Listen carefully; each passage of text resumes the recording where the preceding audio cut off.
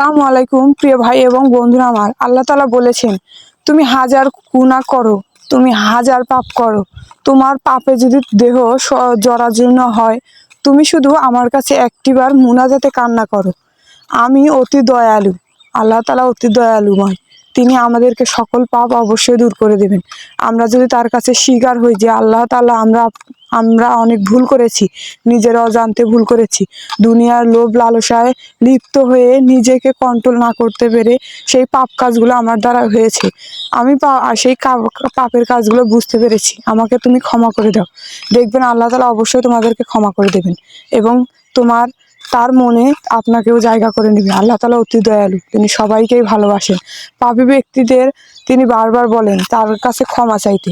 আসুন আমরা তার কাছে ক্ষমা চাই, তিনি অবশ্যই আমাদেরকে ক্ষমা করে দেবেন। তিনি অতি দয়ালু। অবশ্যই 5 ওয়াক্ত নামাজ পড়বো, সৎভাবে চলবো, আল্লাহ তাআলার পথে চলবো।